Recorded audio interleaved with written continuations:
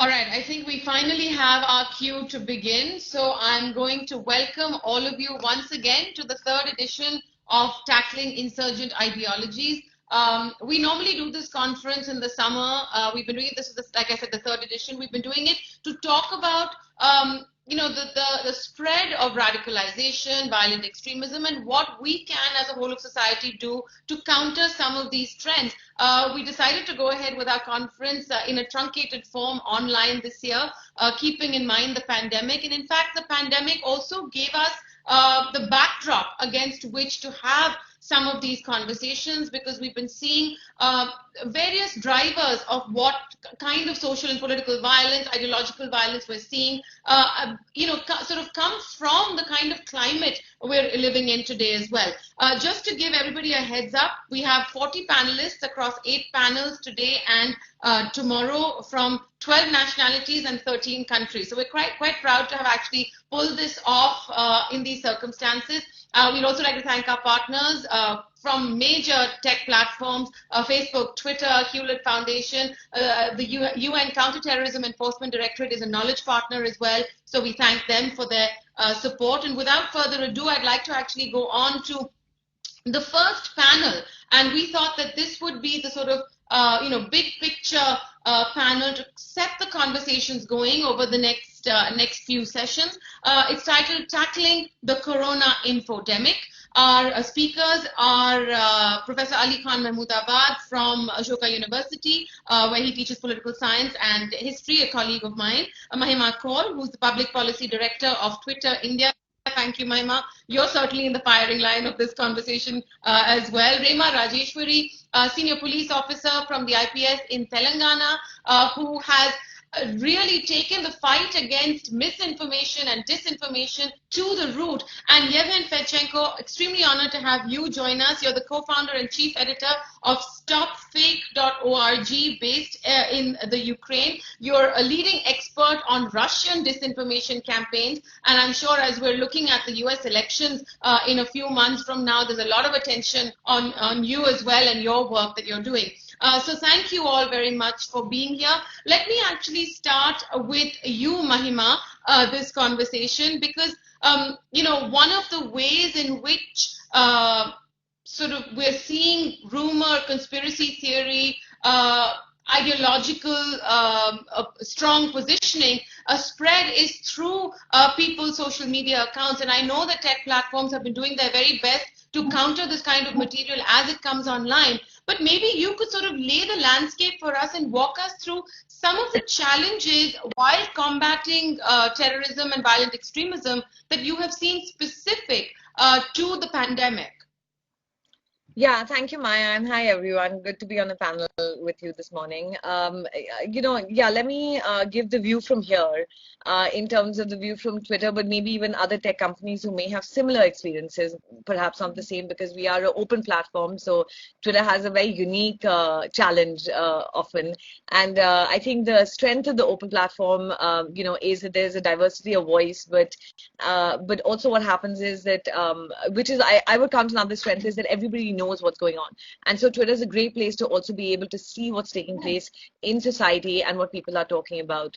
Now, as the coronavirus hit us, similar to what people were experiencing and governments were experiencing, just shutting down physical locations, the same was happening over here for tech companies as well, right? Suddenly our offices around the world were closing down and we were scrambling as well to figure out how to do this entire operation from work from home. One of the first things I had to do in India was write to the police commissioner in Bangalore, because we had to keep the office open and, it's an essential service because it was a primary mode of crisis communication. At this time, you see a lot of people suddenly go indoors and they're spending a lot more time online. So you see a surge of digital users. This has been told to me by many people in terms of not just, say, Twitter saw a rise, which of course we did, but a lot of people went straight from the 2G to the 4G because now they're at home and they just needed more data and better internet connection. So you see an actual evolution in terms of people using digital and how much more central to their lives it's become. for the first time, traditionally Twitter has been of the view that we are not the arbiters of truth, and we do content moderation around the Twitter rules, but it's very difficult for a private platform to actually take a call on whether something is true or not. But given the coronavirus pandemic, and there was so much medical misinformation all over the place, we actually did, update our rules to take into account a lot of the medical misinformation and also the targeting of certain communities as relating to the spread of the virus and the damage, the offline damage that could do. So I think that was one of the directions in which we went. In India, because you have so many fact checkers and you have certified fact checkers, we actually had an events page, which is basically in your Explore tab. It was like right on top where people could go and they could click on it and they could see a feed of fact checks by about 8 to 9, I think, fact checkers in multiple languages. So it's a great feed to actually go and see like the kinds of fact checks taking place in India, one place where you can see all different organizations and what they're looking at. This was again around the coronavirus. A couple of other things that we did from a platform perspective is, you want to just direct people to like the most accurate information they can get. And so a lot of the search prompts, when people are searching for particular words around the coronavirus and, other sort of terms around it, we were making sure that it was coming back to authoritative sources, which may have been the WHO or the Ministry of Health and Family Welfare. And so there were, product and policy updates that we had to do at a time where we were rejigging ourselves to make sure that people were redirected to accurate information and that we were able to take down more content that was harmful at a time like this. So I'll leave it at that, and then we can kind of talk about other issues as well. Right, Mahima, thanks very much for sort of laying out that landscape. And in fact, that's one of the interesting things of these times that we're in, where we've seen a significant amount of conspiracy. I mean, we've always talked about how the drivers of radicalization sort of feed off a sense of a perceived enemy, of fear, of grievance, and things like that. What those enemies might be in the violent actors' milieu, I think, is what's open to question. But before I come to Ali and Yev and Rema, let me bring you in here, because in a conversation sometime in June, I remember you made a very interesting comment about, you're smiling already, about misinformation and radicalization being Siamese twins. And in the current climate where you fight the sort of scourge of misinformation in your own district, where rumor mongering has led to all kinds of bad actions, what's your take on how the pandemic is feeding into violence, how it's feeding into radicalization, and what law enforcement really can do from your perspective? Well, thank you, Maya, and good morning, everybody. I'm really good to be here, sharing this panel with people whom I really look up to. Well, as we speak, a sizable number of police officers from my team are in home isolation after testing positive for COVID-19. So I thought I would start the discussions by sharing a small story about how COVID-19 infodemic impacts, or rather affects, individuals at a much deeper level. And once I share the story quite briefly, then I'll move on to the question that you just posed. Yesterday, I got a call from an officer of the rank of head constable. He's part of my team. He made a video call to me and he was crying on call and he was clearly panicking. He tested positive and he was advised home isolation by the doctors because he was a case of mild asymptomatic. He had no symptoms. He was absolutely fine. He called me up and he said, "Ma'am, I don't want to be home. I don't want to go to the hospital. I'm going to die. Please take care of my wife and children." I tried my level best to calm him down, and I kept telling him that, how we are taking care of a huge number of police officers who are in home isolation, how we are offering the best home care. And I also gave him the details about the number of police officers who defeated COVID-19 and joined back to duty. But he wasn't convinced. He went on and he kept telling me that, "Ma'am, I don't think I'm going to live. Even doctors are dying. Only this morning, Dr. Aisha died. And she was so young, and I saw the pictures, and even doctors are not able to protect themselves from this virus, and I don't think, I'm going to survive." So I asked him who Dr. Aisha was because I had clearly no idea about this particular doctor.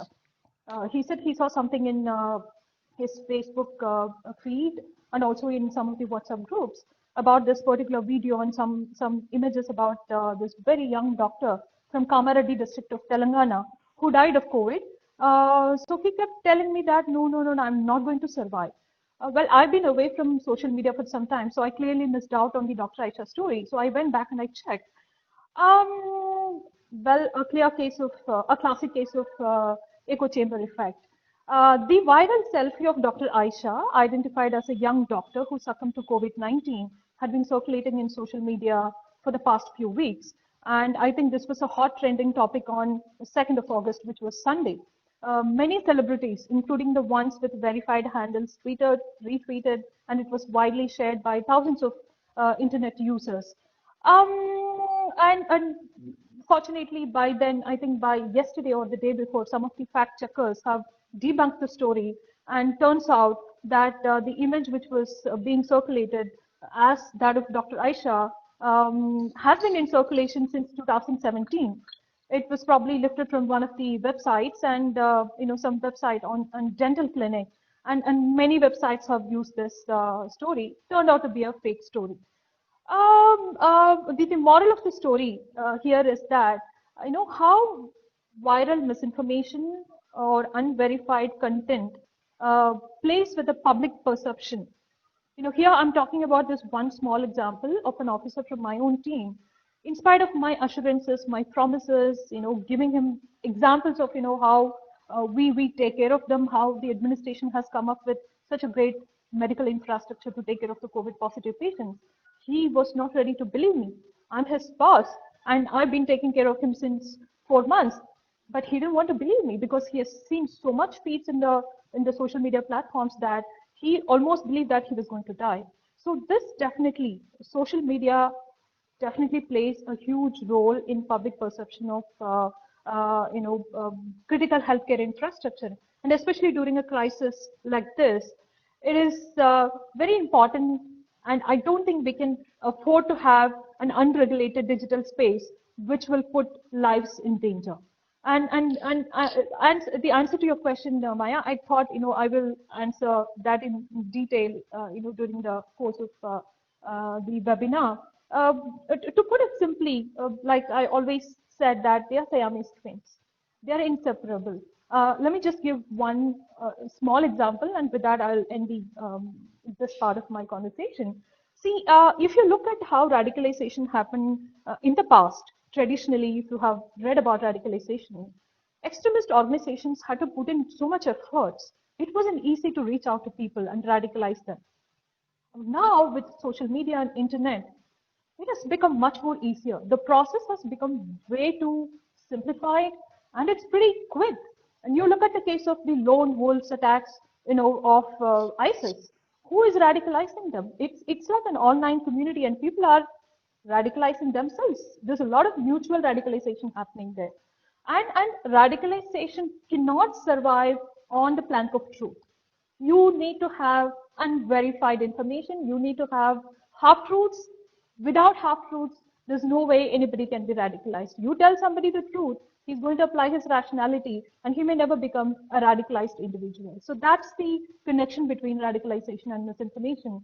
I'm sure we can talk in detail about this in the course of the webinar. Yeah, and I think before I move to Yemen, let me just bring Ali Khan into this. Ali, the last point that Rema has made, which is about how if there is truth, then and if there's access to verified, honest, truthful information, the danger of radicalization is mitigated somehow. But you've written a very strong piece in the edits that we've also just released about the reality and the truth of the environment that we're living in, and how there are deep divisions, polarizing divisions along the lines of religion, along the lines of community, culture, that are they're not fake. Those divisions exist. So how do you square off the reality of that truth with what Rema says about how truth does not cannot radicalize? Right. I mean, so thank you for having me, and it's a pleasure to meet you all virtually. and hopefully in the real world soon. So here's a few things to think about. I really appreciated Mahima's comments and Remaji's comments. One of the important things to keep in mind is conspiracies have been around for thousands of years, right? Previous pandemics, the Black Plague, previous wars have been blamed, for example, on Jews, anti-Semitism. Again, during the coronavirus, anti-Semitism has gone up across the world. Minority groups are blamed. In America, the Boogaloo movement is blaming African Americans. In India, the minority communities which are being blamed, religious communities, ethnic communities. So this is not as a phenomenon new, right? And in a sense, it's part of human nature. It's partly to do with how people perceive themselves, their social, political, economic stake that they have in society. And of course, apart from ideology, belief, or the ease of access, as Rima was saying, radicalizing people, the larger factors are that if people begin to lose those stakes in society, they begin to look for alternative ways to express themselves. Sometimes this manifests itself in the form of violence. So, the first and most important thing, and I think something that the social media companies probably won't be happy to hear about, neither will libertarians who want a free internet, is that, look, we had the social media, whether it's Facebook, whether it's Twitter, whether it's Instagram and various other platforms, they need some kind of regulation by the government, right? Because these are now, much like newspapers had regulation, right? There was a broad legal framework within which you were accountable, and you had to be, you cannot simply say that we are not arbiters of the truth. We are just providing, the role of a facilitator in the attention economy. I mean, these are big businesses, right? As we remember, you and I, all of us sitting here, remember that when the traditional media got taken over by big business houses, that affected the journalism, because of course, who owns a particular entity affects what they are going to be doing in terms of policy within that company. And you see the rise of Fox News, you see the rise of the Sun, and so on and so forth. The same thing is happening, except on a much more massive scale online. So at one level, there has to be very, very close, there has to be firstly a conversation between specialists, policymakers, academics, philosophers, law enforcement agents, about actually how to conceive of the law around this issue. This is this is throwing up in a sense an entirely new set of problems that are hitherto unfaced, right? For the last 2,000 years, ever since Plato's Republic, 2,500 years, we've been dealing with manifestations, gradual incremental changes, but suddenly, in the last 20 years, we are dealing with an entirely new virtual reality, right? And our lives as individuals are a seamless blend between these two worlds. So, very basic things are undergoing profound changes. What does autonomy mean? What does freedom mean? What is freedom of choice, right? When algorithms and the manner in which they operate are determining what you see on your screen in terms of ads and so on and so forth. So in this entirely new ecosystem, one of the most important things I think for us to keep in mind is that ultimately social media, of course, is a medium, and that medium needs some kind of regulation, but we should not forget that the problems are actually problems which emanate from very real world issues. Right? In India, we saw, for example, at the beginning of the pandemic, certain, the Tablighis, which kind of sort of seamlessly became Muslims in general, being blamed for being super spreaders, etc., etc. Around the same time, there were many other religious communities that were having, big meetings. This is a result of the real political changes that have been taking place in India over the past few decades, right? So social media, of course, is a way of monitoring, of perhaps keeping an eye on who the main players are, how people's voices are getting amplified. But the conversation should not forget the grassroots realities, in my opinion. It's very easy for the social media companies themselves to say, well, look, we are only involved in providing this platform. We're part of the attention economy. In a sense, we're making money from people's attention. These, of course, our attention now is the most valuable product, right? So philosophically speaking, it makes sense that radicalization, extremism, or conspiracy theories increase in a time such as this because, in a sense, the world becomes more black and white in the online world. So it's not just extremists, but you and I, on Twitter, on Facebook, the way we react, we have a very small space to react in. Psychologically, this changes the manner in which we might otherwise behave with each other. So these are very serious conversations, and I fear that by just simply avoiding the tougher conversation about how political actors, about how non-state actors, about how organizations are affecting real changes in the world and amplifying them using social media, and therefore, gaining traction because of it, we have to keep that reality into account. And if we don't, right. I fear that, it's just a matter of policing, flagging posts, flagging content, and at some point, whether it's through concerns of privacy or legal concerns, there has to be, social media is not going to be a watchdog for itself. Right. If we believe in constitution. Sorry, just the last point. If we believe in a constitutional framework, then we have to have laws and legal frameworks within which the social media company is an actor. Although we're living in a highly globalized world, nation states are still a reality. Each nation state has its own particular set of problems. And so we do need to respond. There needs to be more synergy in academia, media, social media, and policy. And I think the intersectionality really between all these various aspects that you're talking about is something that we're trying to kind of cut through over here.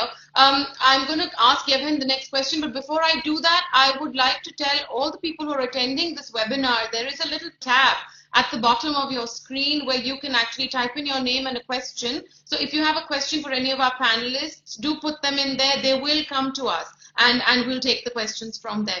Yevhen, the point that Ali has made about our political climate and political actors that are manifestly engaging in misinformation or disinformation or computational propaganda campaigns themselves. The world started talking about it after the 2016 US election.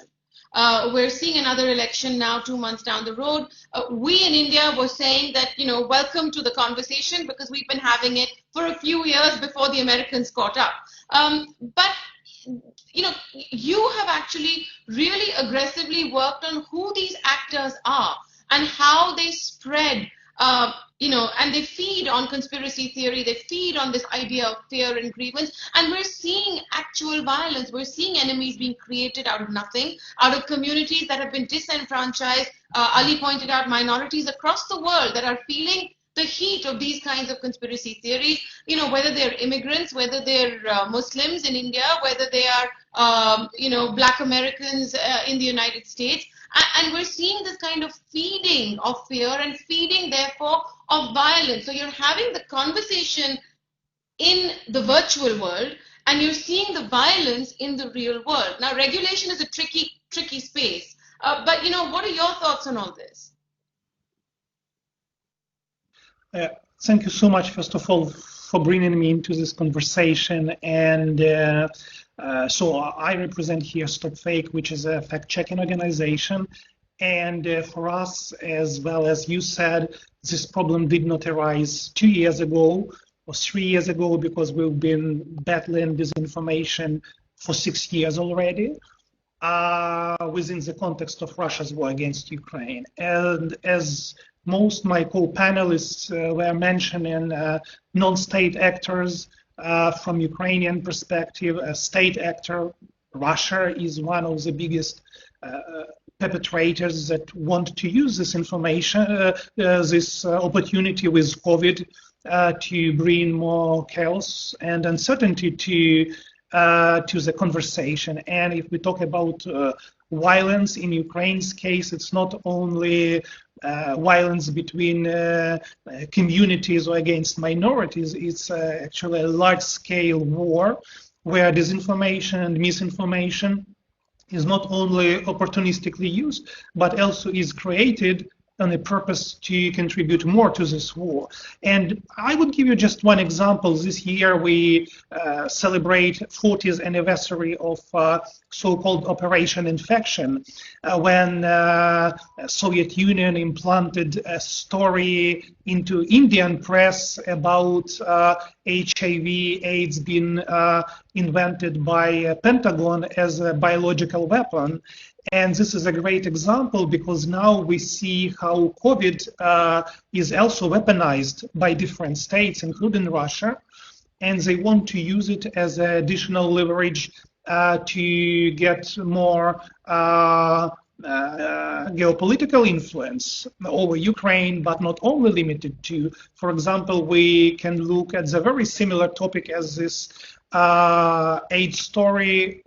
They now push the same story that COVID was developed in Pentagon biological laboratories in Ukraine and in Georgia. And it's not only as a marginal conversation, it's really become a mainstream within Russian media and some pro-Russian media in Ukraine and in Georgia. And they are seriously discussing that COVID was really invented as a biological weapon. Also, as fact checkers and a third party fact checker for Facebook, we have found a lot of harmful content which was deliberately created to use again to create more uncertainty and create more chaos for different groups of people. We have seen all types of conspiracy theories, like COVID was developed by Bill Gates and Soros, and it's enhanced by the use of 5G connection and other things. So the purpose of all this is to make people basically disbelieve in what they used to believe, to prove that we see more and more states becoming failed states because governments cannot cope with COVID and cannot deliver to people basic information about it, basic treatment and other things.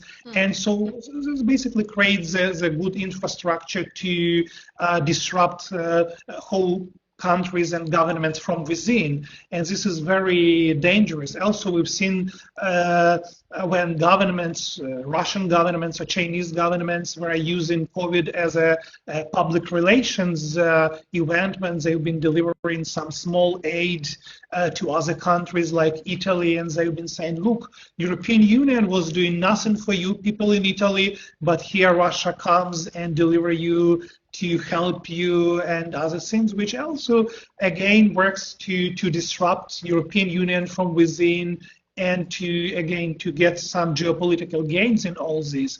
So for us as fact checkers, it's important not only to monitor this and do the fact checking, but also to stop this harmful content to being delivered to people, because that creates a huge backdrop for the way how people start to perceive the whole situation. And that creates very kind of dangerous modus operandi when people are listening to marginal voices, and then at some point those marginal voices are starting to move from the fringes to become a mainstream. And this is very dangerous from political point of view. Right. I think, Mahima, let me just bring that back to you, because, everyone's raised some very valid points. And the issue really is that, while we can talk about and skirt around, the need to balance regulation and freedom of speech and not be an arbiter and things like that, I think the conversation has accelerated, or the climate has possibly accelerated against the backdrop of a pandemic. So you don't necessarily have only conspiracies about specific minorities or immigrants, or in the case of India, Muslims. We saw, a hashtag like Corona Jihad, for example, just take over the social media feeds. And it was obviously incumbent on all of you to bring it down. Now, that's one part of it. But there are also conspiracies about big data and what it's doing to our lives. There's big pharma, and as Yevhen pointed out, the conspiracy around the genesis of COVID itself and how that is playing into the hands of violent actors or bad actors and state and non-state. We forget just the public. We've actually seen, political leaders take advantage of a pandemic to push through policy. We saw Viktor Orban do that, for example, in Hungary. We're seeing the public willingly surrender certain individual freedoms because there needs to be some kind of monitoring of what's going on in terms of the spread of the pandemic. So there are lots of little factors that are kind of, coming into this larger cauldron right now. And those challenges are particularly there for tech companies to manage. Yeah, no, it is a challenge. I think the growth of social media has been, not just social media, I would say digital, has been pushed, as a fundamental piece of, governance and citizenry. And it has really gone into everyone's phones. The internet has become more affordable as the years have gone by. So as more people have access, you're also seeing the proliferation of these problems, right? Like if we had this conference like 3-4 years ago, the problems are a little bit smaller, but the size and the dimension kind of opens up. Now, just going back to Ali's point, I know it's common thinking and I understand, why this is the case that, a lot of people think that social media companies would actually benefit a lot from like a very radical atmosphere, completely polarized, just conspiracy theories running loose and wild. And this is like, the attention economy that like social media companies will thrive on. So I can't speak for others, but I can tell you about Twitter, right? A couple of years ago, for example, we found that the platform was used a lot by ISIS, right? And there were, if you remember, like surge back into your memory right now, and you can remember that there was a big conversation about how ISIS was using Twitter. That conversation is gone because Twitter actually took on the issue of ISIS accounts and basically was able to solve to a large extent, the proliferation of these ISIS accounts and propaganda accounts. And now we have researchers who are doing studies and saying it's negligible, it's non-existent. So it's not a case that things don't move. It's not a case that there is, when you look at a platform like this, like you yourself will say to me, why should I be here?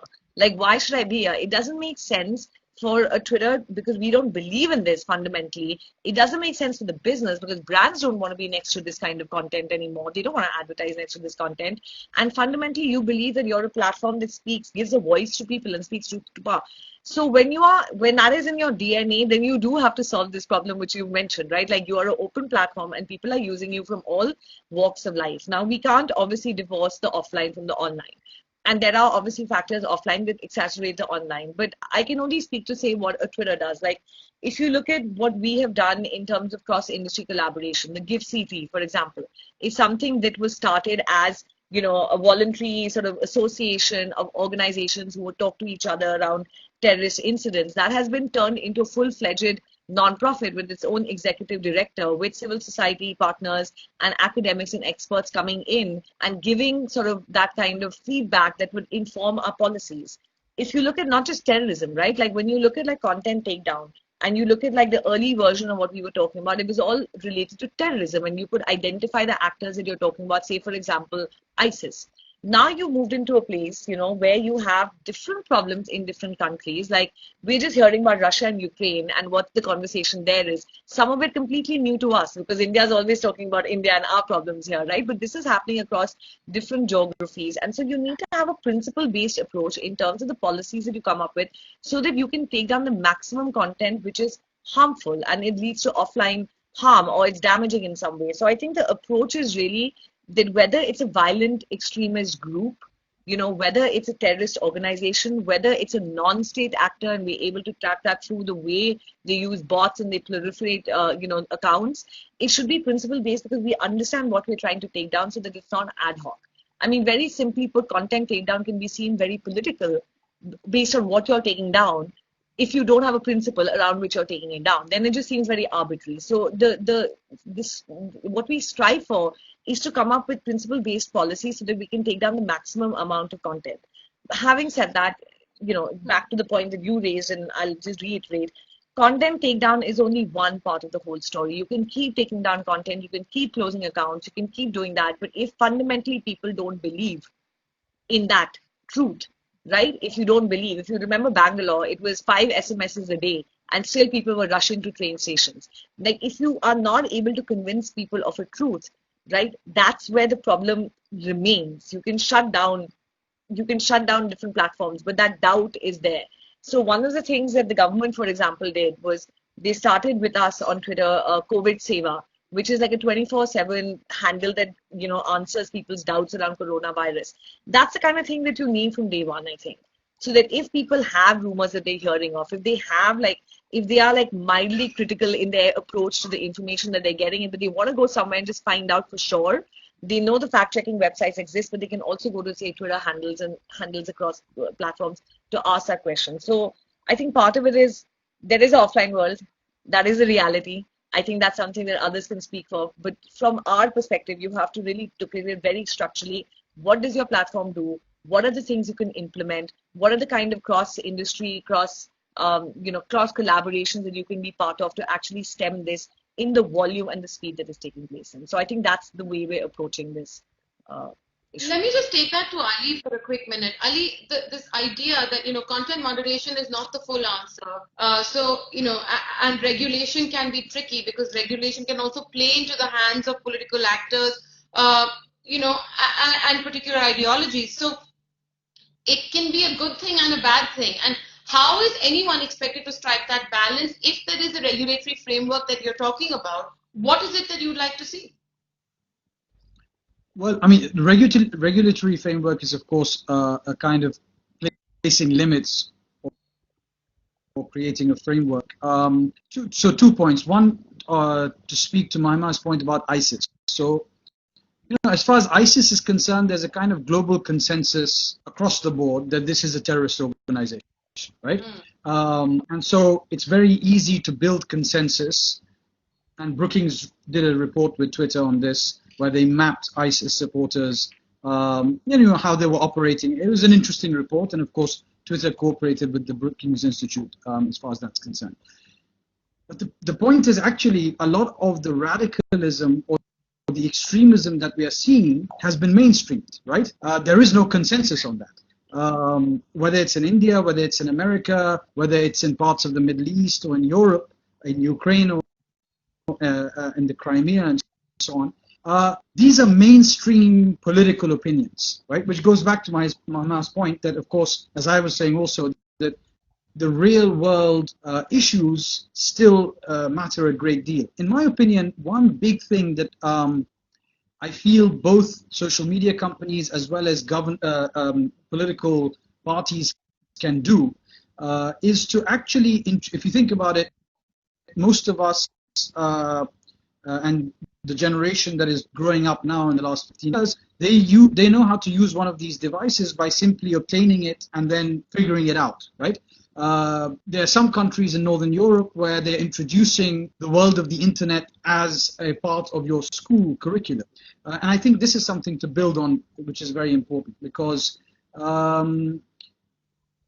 we are taught how to look at the world. We are taught how, we are given a kind of rightly or wrongly a view of history and so on and so forth.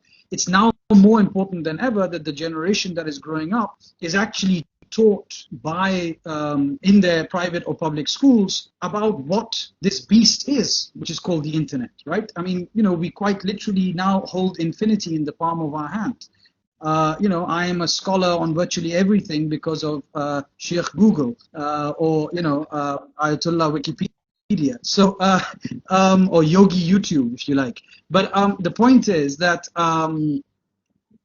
there has to be that incorporation of how to be in the online world, right?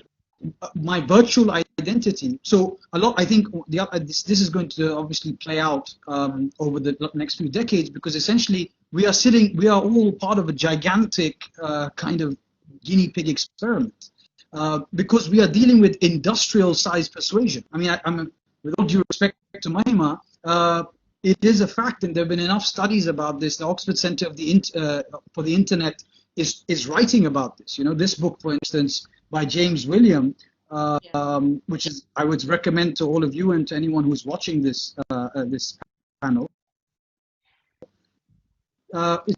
It's a philosophical challenges that we're witnessing in our times. These are fundamentally altering our sense of self, right? So there's that deeper conversation to have But at the same time, we need to have a class introduced. How truthful do you have to be in your virtual identity to your real identity, right? Things like that, small things. Kids will make a profile on Twitter or Facebook, TikTok, Instagram, which is a kind of aspiration of what they hope to be, perhaps. Or it is a dumbed down version or black and white version of what they feel they're facing flack for in the real world. So somewhere, this is only going to be possible through education. And I think regulation, of course, is just to prevent extremism and violence.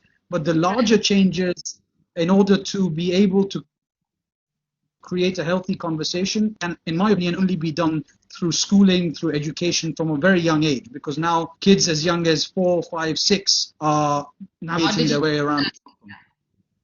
That's right. Yevhen, let me actually come back to you with some of these points as well, because one of the questions we've also had from our people who are watching and tuning in is that, we can't only restrict our conversation and what we're saying to violent actors, bad actors, the Boogaloo boys or conspiracy theorists or ISIS, or as Ali pointed out, people around whom there is a consensus that they are a problem, in whether it's in the online space or the real space. What happens when you have governments use the pandemic to further their own political agendas? We're seeing it happening across the globe as well.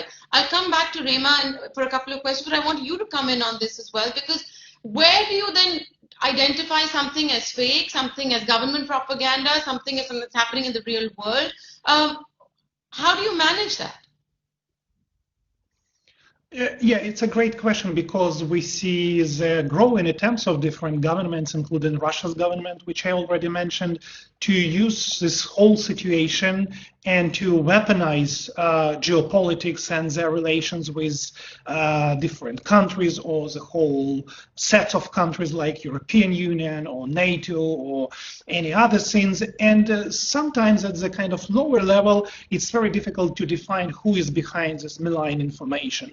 Is this activity of some non-state actor? Is this a grassroots activity, or it's fueled from outside, or this is fueled by some government? I would give you a very simple example. We've been talking about a kind of big geopolitics, ISIS and other things, but when we've been doing the fact-checking on COVID, we have found that at the very beginning of the pandemic, the growing number of people started to post something like lemons are the cure for COVID, and they started to seriously discuss it. And then we've seen the whole sect, growing around this. And this is all about kind of educated people, which has access to any kind of information, to peer-reviewed medical journals and other things. But they've been very seriously discussing this lemon treatment. And this is gives you the idea that you can have access to as much information as you can imagine. You have thousands of years of accumulation of scientific knowledge, but then people definitely would start to look for something very simple, I would rather say simplistic, because they really need to get very quick answers to their anxiety. And those who would provide those quickest and simplest explanations to what is happening would win the attention of this audience. So this is kind of a paradox we've been dealing with. And another paradox is that there is a kind of always the first wave when people see the danger and they mobilized against it. It was the case with the Russia's war against Ukraine, when people mobilized at the very beginning and said, oh yeah, we realize there is a lot of Russian disinformation, so we need to be very, very careful with what we consume and from where we consume. And then some years passed and people started to relax. And the same things happened to COVID, because at the very beginning we've seen the growing kind of alarm and people started to sort out information and try to understand what is right and what is wrong. And then this barrier was lowering and lowering. And again, why it was happening? Because of the influx of this disinformation and misinformation, which drastically lowers the barrier to the people critical perception of reality. And that's exactly the leverage many governments want to to use. So they throw more and more disinformation to the fan to make sure that people stop understanding what is happening around them. They would stop their critical thinking. They would lower their barrier for perception of this. And then it opens a lot of new opportunities to manipulate those people. Rima, let me just bring all this to you, because one of the challenges for you as law enforcement is what to do when you encounter, potentially dangerous information or speech, whether it's in the nature of a threat, whether it's in the nature of an idea, whether it's in the nature of incitement. How do you deal with the person who has posted this kind of content, and how do you engage both at the community as well as at the law enforcement level? I mean, how do you deal with these platforms when you need access to certain individuals or certain accounts? I mean, I think one of the questions we've had is really how you can show the local communities the dangers of the interactions that they might be encountering. Let me answer that in two parts. In the first part, let me just give an example from my line of work. It's been 10 years, and if there is one thing that I can comfortably say that has tremendously changed in the way we plan policing interventions on ground, is the fact that of late, every time we plan for a security management or a major bandobast or law and order management, it happens in both the physical space and also the digital space. A very small example from what just happened in the last 2 weeks. We had a major festival last week. We had Bakri, and tomorrow we are going to plan a major security bandobast for the Ayodhya Pujan. And in both the cases, when I plan my bandobast, my security management, the first thing we do is to plan for the digital space. I activate my social media monitoring cell. The first task is to monitor social media, and from there we move on to the physical space, because these days every clash, be it a clash which originates out of a malicious content which was probably shared in the local platforms in a community, the starting point is always in the digital space. So things have changed a lot, and the way we tell the community or probably educate the community that this is also equally important for us to keep peace and order in that community is by reaching out to them. There's no two way about it. You reach out to the community. Every time you conduct a peace committee meeting, you convince them of the fact that it is so important for you to tell the members of your community or the youth groups or the different groups that operate in that particular area not to resort to circulation of baseless information in social media, right around these festivals are in the corner. And the second part is it's much more at the platform. I mean, it's at the platform side. Well, if you look at the original intent of internet, or rather social media platforms, the intent was to have an open and democratic source of information and a space where everybody could freely express their views and share knowledge and have a discussion. But we've seen that that's not the case always. That's not the case. I mean, if you have studied social media platforms and how the whole attention economy works, I was really glad Ali brought this phrase up, because this really needs a lot of attention. And we are still in the process of equipping ourselves to understand how the attention economy works and how it probably transforms itself to a very disturbing situation on ground. You look at how the attention economy works, you understand that algorithms most often steer us towards articles and posts that reflect our own ideological preferences, belief sets. And I've personally seen that the search results usually echo what you already believe or what you already know or you like. I mean, I go to Facebook and I, like today, if I ended up reading an article about Russian misinformation, for the next 10 days, I can see that there are so many articles which just comes up. I've never went to those websites, but they just come up. And this is how it works. So I do think that it is equally important for the platforms to have certain amount of accountability to work on content moderation. I do understand and I do agree that content moderation is not everything, but it is a very, very crucial aspect of ensuring safety and maintain peace in the society. Right, so there is a question actually following that for both Ali and Yevhen, but let me take that to you first, Yevhen, because one of our participants, Nishant Agarwal, is asking, how do you think we draw a line between freedom of speech and expression and legitimate social media regulation? Once again, this is sort of really at the heart of this entire conversation, because if we're looking at the mainstreaming of this kind of information and this kind of information vehicle, then just like the mainstream encountered certain regulations, how do we do this? Yeah, this is actually a great question, because on one hand, social media are probably the greatest platform to demonstrate freedom of speech. And on another hand, this is a perfect platform to usurpate freedom of speech, and not by social media themselves, but by those who wants to exploit the opportunities which social media provides. So very often we hear that social media are blamed for this, but actually we need to look who is actually trying to play social media. And again, here we come to state and non-state actors which understand that social media can be perfectly weaponized. And in Ukrainian case, it was absolutely a story. So if you cannot use television, you can then try to use social media to deliver disinformation masqueraded as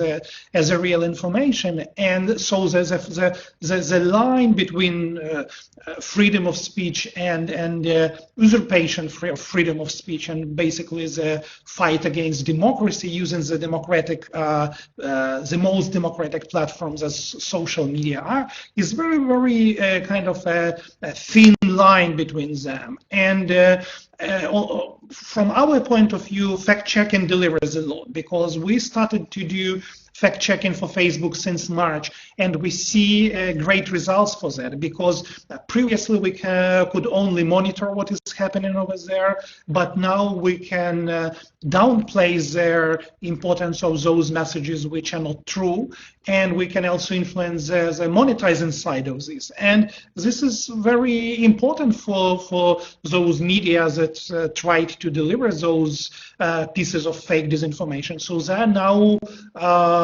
contacting us back and saying, oh, what we can do to make this information more visible again. And this is important because they realize that there is a leverage how someone can influence what they publish and how true this information is. And that's the way how we made a lot of publishers to change the information, to make improvements to that, to make it more truthful and more trustworthy. So basically you can do some important things even without regulating those things. But on the other hand, we see again, if we would come back to state actors, they want to use a regulation of social media for their political purposes. So now we see how Russian government is trying to regulate Facebook and Twitter and Google, not because they want them to be more important in a truth-finding process, but just because they want to be a main stakeholder in this, and they want to control the all information which is coming through those platforms. And this is again, so they use the clause of freedom of speech for absolutely anti-democratic intentions, and so we definitely should separate those two things, because in some cases you really need to understand that they use the instruments of freedom of speech to fight democracy and freedom of speech, and at some point they might win in this if that would be allowed to go on without some limitations. Right. So, I mean, I think, Ali, this is the democratic backslide that a lot of political scientists like you are also talking about, where the tools of democracy, the tools of liberal democracy and the dissemination of information are being used by bad actors. And we've got questions from someone named Rahul Yadav as well on how to deal with either political groups or extremist groups who promote their own agenda on social media. Now, you know, one part of it is the tech problem, and we'll get Mahima to come in on that again before we end. But one part of it is actually the political landscape that we're all in. We're seeing political actors, political parties fuel their own agendas based on identity. We're seeing it happen here, and we're seeing the divide sort of deepen further. So, when we talk about regulation, how do you regulate the regulator? Look, so I mean, I think this again, going back to my earlier point, has no easy solution apart from a sustained conversation about this space, which is called the internet or social media, and around concepts which animate our political landscape. And this requires education. There's no, look, I mean, democracy in itself is not a value, right? This is the biggest illusion that is used, right? Oh, it's democratic. I mean, that in itself has no meaning. And if you look at all the philosophers from across the ideological spectrum, being a citizen requires being skilled as a citizen, having the tools to understand your role as a citizen, right? Similarly, we need to have the tools to understand our role online, our individual presence. So this is a much larger conversation, I think, that goes beyond just social media, because, we are seeing in the last 30 years across the world the kind of consensus which is the dismantling of Fukuyama's end of history and the resurgence of identity politics across the world, right? Yeah. These are things that are reflecting ground realities, and as it happens, this is the period in which the internet also has taken root and social media has spread, and so it's in a way responding to these grassroots realities. In a country like India, where even formal education does not necessarily translate into a more educated mind, it's inevitable that a smartphone or a Twitter social media account Facebook is going to be left, and it's going to reduce that person to one dimension of their identity. So there's a very large conversation to be had. Maybe you guys can start it. I'm sure others will be a willing part of it, which actually sits down and thinks about how to reimagine our public performance, right? Habermas wrote famously about the public sphere in Europe over 300 years. The social media is now part of our public sphere. We need to have a digital Athens, a digital commons, a space in which we can actually, where those, responsible actors, whether they're academics or people from social media or from policy people like Yevon, create a digital commons which educate, right? And this is, I think, a very long-term thing. In the meanwhile, we regulate, we police, we try and perhaps have creative ways of trying to track down extremist speech. I mean, Twitter, I'm sure, has this problem. Facebook has this problem. A lot of the extremist speech, the abusive speech, the violent speech in India is a local language in English script, right? So English, for instance, where there's no set spelling for any one abusive word. So it's very hard for an algorithm, and of course it's impossible for a human being to check that. Eventually, I think this will only be fixed through education and sensitization that occurs outside the social media space. And perhaps you can, Facebook or Twitter can have identified people who have thought about this. People like James Williams, people like this guy, and promote him, right? Promote people like him to catalyze a simple conversation to force people to think about, what they're doing in the online world. And I'm sure people will be interested.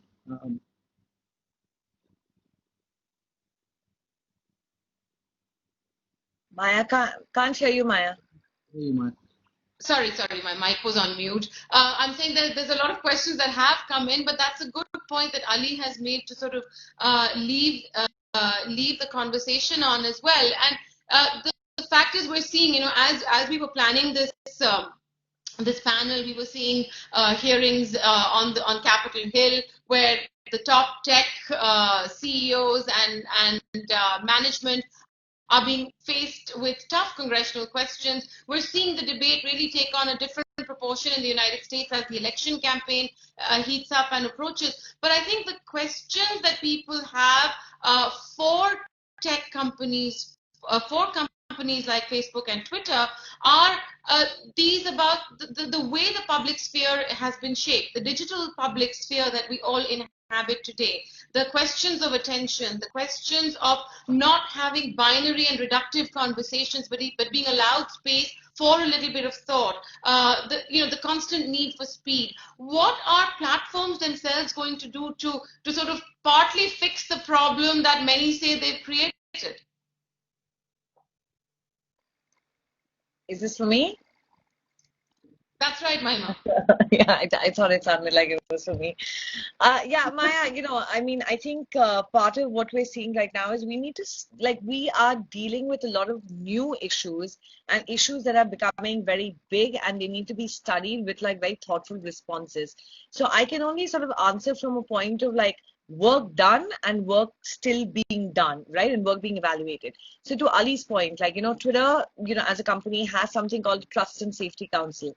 In that Trust and Safety Council, which is global in nature, many non-profits are invited to be part of it because they are experts at different things. They're experts at online safety. They're experts at CV. Sorry, I knew Stella had to make an entry at some point. I'm surprised she lasted a whole hour.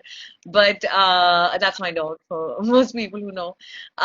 So we deal with experts, and then experts basically inform us so that we can create policies that basically take into account the kind of problems that we are seeing emerge, or they have suddenly taken over and they are now the dominant problem. I think misinformation was something like that, which sort of slowly started, becoming the talk of the day, and now here we are, discussing it.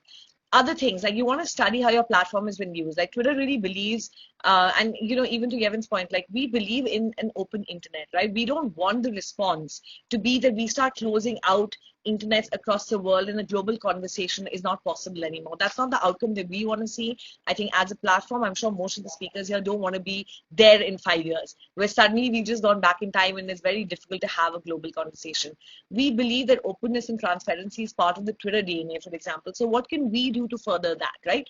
So there are a couple of things that we do to try and walk the talk. For example, if we find that, there are state-backed sort of operations that have taken place on our platform where we've seen propaganda flow, what we've done is we made those data sets available publicly for researchers so that they can go through it and they can find, evidence of the kind of activities that were done on Twitter that can inform conversations like this going forward.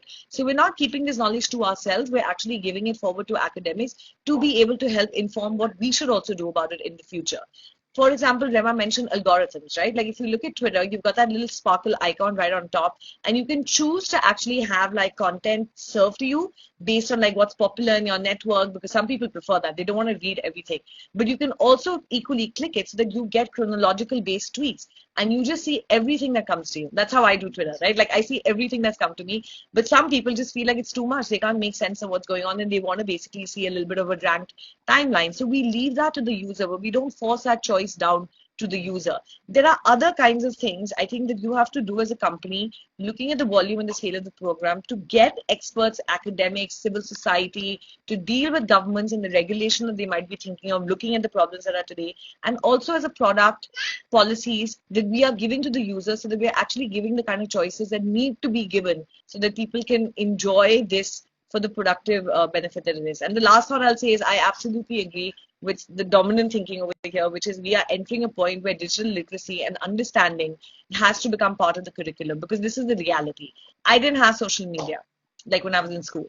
I mean, Facebook came when I was in college and it was nothing, right? By the time I started working in Delhi, that's when social media really started kicking off. But this is a reality for kids today and adults today. So I think the approach has to be from the ground up now, from when you start learning, and that should hopefully also move the needle in the way that we want it to be moved.